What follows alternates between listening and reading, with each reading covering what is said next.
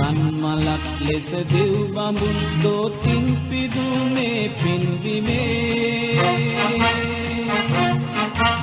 පස් පිටක් ගිලිහි නොයන්නට රන්නටක් ඇත සිව්කොනේ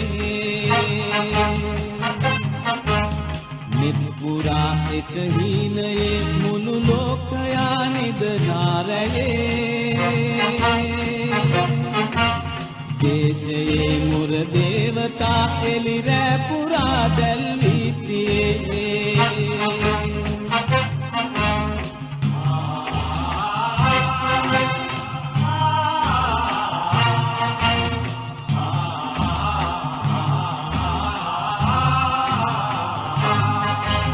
ලෙහි හොවා වැඩු සිය පුතුන් අත අවිදරා වැදරර මතින්